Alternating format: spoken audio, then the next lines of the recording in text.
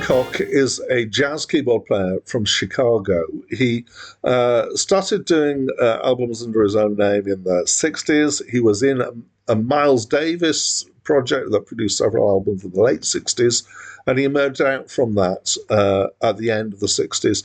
That was a stable that Miles Davis had that seemed to produce some people who went on to do all sorts of interesting things. Mostly they went on to cross over from the jazz world into kind of more fusion stuff. And this is true for Herbie Hancock. He became known in the 70s and beyond as crossing over into more mainstream electronic stuff, pop, funk. He even had a hit single with a track called Rocket. He has got a typically large discography for a jazz musician. Hi, my name's Dan, and this is an album. This is a review of Takin' Off by Herbie Hancock, which is an album of small band instrumental jazz, and it's my first time hearing it. Apparently, this is hard bop, so you will pick up that I am not a jazz expert. I am slowly getting some awareness and understanding. Hard bop seems to mean it's kind of late 50s, probably more early 60s, and small band, and a tendency to be not free jazz, but not, feeling very structured.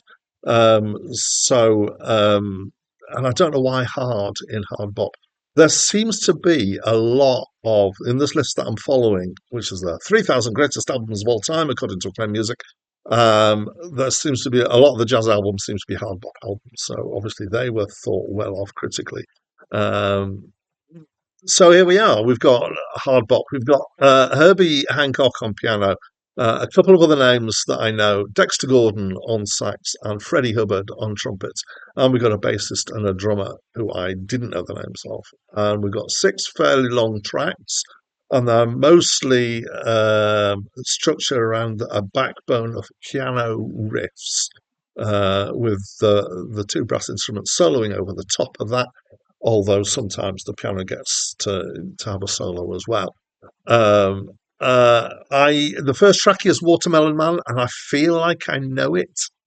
I don't know where I know it from, though, if I do. And it's quite similar in feel, I would say, to a Herbie Hancock track that I definitely know, which is Cantaloupe Island, which is on a different album. So it's, I would say this is nice jazz. I enjoyed it. It's tighter in structure, I think, than quite a few of the hard bop albums that I've had. So it feels quite structured. And I think this is about the role the piano plays here. So it's a nice space. I wrote down in my notes, it feels like a satisfying box. It's just got this structure to it, which is the piano frames what else is going on. There's some really excellent right-hand ornamentation, but it's interesting that something that as the backbone is taking the lead here, which, it gives it a slightly different feel, I would say. It's nicely recorded. There's some excellent separation between the different instruments, nice kind of warm and clear. It came as no surprise when I looked it up and found that it was recorded in Van Gelder studio, because that is a hallmark of the Van Gelder recording process. They sound great. I enjoyed it. It's not jaw-dropping, but I would say it's very accessible for 60s jazz, and for stuff that's labelled as hard bop. I think this feels a little bit more easy to get into than some of the albums that I've come across.